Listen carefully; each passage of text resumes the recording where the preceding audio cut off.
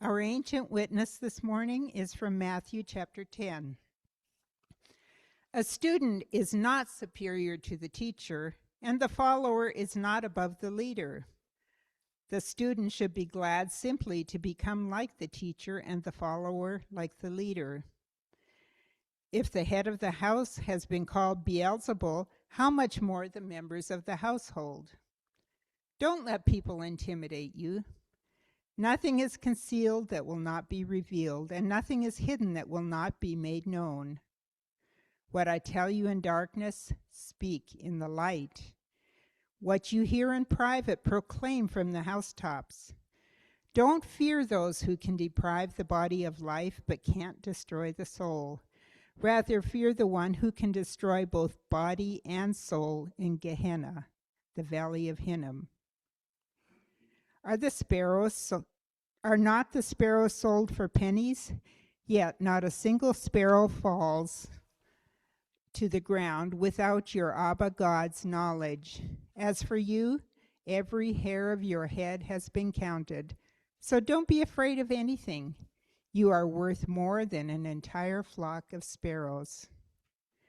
Whoever acknowledges me before others, I will acknowledge before Abba God in heaven. Whoever disowns me before others, I will disown before my Abba God in heaven. Don't suppose that I came to bring peace on earth. I came not to bring peace, but a sword. I have come to turn a son against his father, a daughter against her mother, in-law against in-law. One's enemies will be the members of one's own household. Those who love mother or father, daughter or son more than me are not worthy of me. Those who will not carry with them the instrument of their own death, following in my footsteps, are not worthy of me. You who have found your life will lose it, and you who lose your life for my sake will find it. Not long ago, the Religious News Association conducted a study on faith communities across the country. They were curious about what sort of effects COVID-19 had on religious institutions. The study measured things like church finances, volunteering, and programming, among other things. And it also measured worship attendance across the spectrum of denominations and church sizes. Now, it's been well documented that over the last 25 years or so, churches have experienced a decline in attendance, some more than others. But in the 5 years or so since COVID, attendance numbers seem to have stabilized for many and even begin to grow. And we at CCUCC seem to be following that trend. Now, let's not get carried away here. As one of the lead investigators for the study noted, this is by no means a, quote, revival or return to a previous era of sorts to congregational glory, unquote. And I thank God for that, because that glory came with a lot of baggage, namely anti-LGBTQ+, anti-immigrant, anti-freedom messages that did a whole lot of physical and emotional damage. There's still plenty of residual trauma that keeps many former and would-be churchgoers out of religious institutions. And that would be a shame to return to that, what I hope is a bygone era. Now, the research uncovered a consistent pattern of adaptation in 2020, followed by a decrease in 2023, and finally a rebound in 2025. Again, across attendance and volunteer participation and church finances. And something interesting I found is that in 2025, only 40% of faith communities were reported by their leaders as having a clear purpose and mission.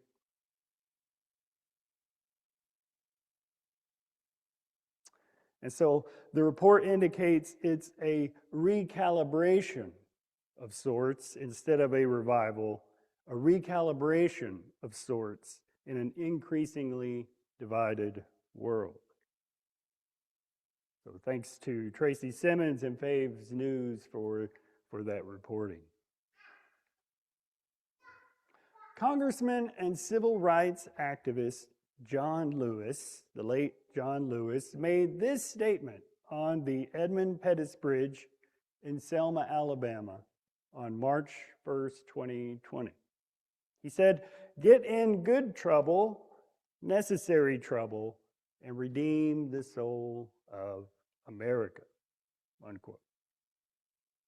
At the time, he was reflecting on the protest march that occurred there in 1865, when protesters were badly beaten and hospitalized, known now as Bloody Sunday.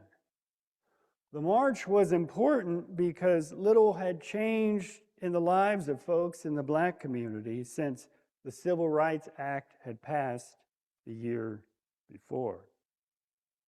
Some say it was his defining moment, but his lifetime of nonviolent protest and leadership speaks to the fact that oppressive systems and regimes don't change quietly.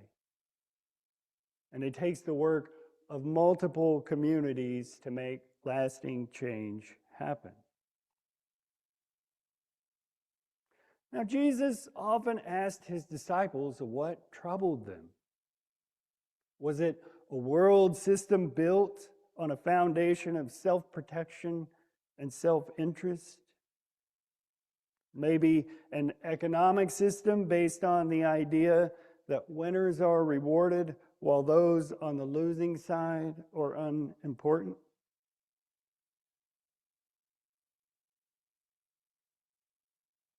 Well, the sparrow market in the first century Palestine served two primary purposes. One was so that folks would have something of an offering for the temple. But sparrows were also a source of food for those barely getting by. Sparrows were one of the cheapest creatures sold in the market, and Jesus' point that he's trying to make is that their negligible market value made them part of the cheapest life available. In other words, Jesus asserts that even the creatures with the least assigned value are not forgotten by God, but instead dearly, or with that, dearly loved. Many of the members of Matthew's community would have belonged to that group, the ones barely getting by. Like the disciples before them, many left their families, but they did so because they could no longer tolerate the status quo. Now, today we may not think of leaving a family as altogether a big thing, but in first century Palestine, family was not just a source of affection. It was also a means of survival.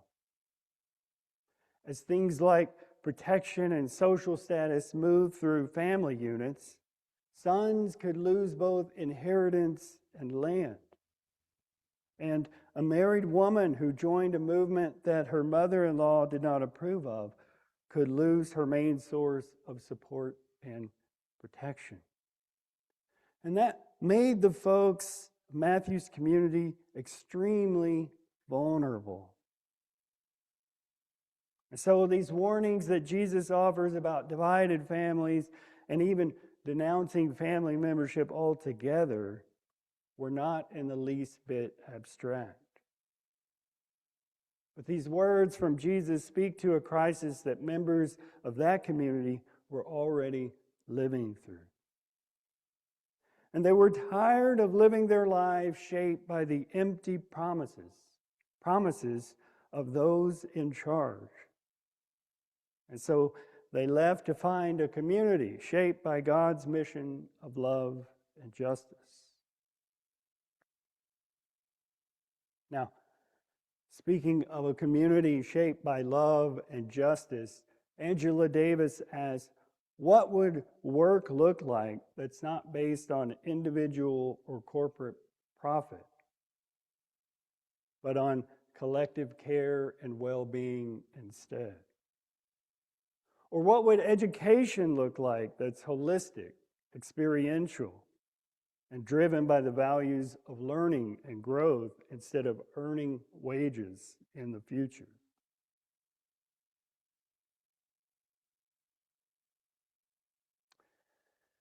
Change always brings some kind of loss, and that loss often feels irreplaceable. But choosing life is always worth it. For us, for others, and for growth of the community. In fact, it's necessary for growth of the community.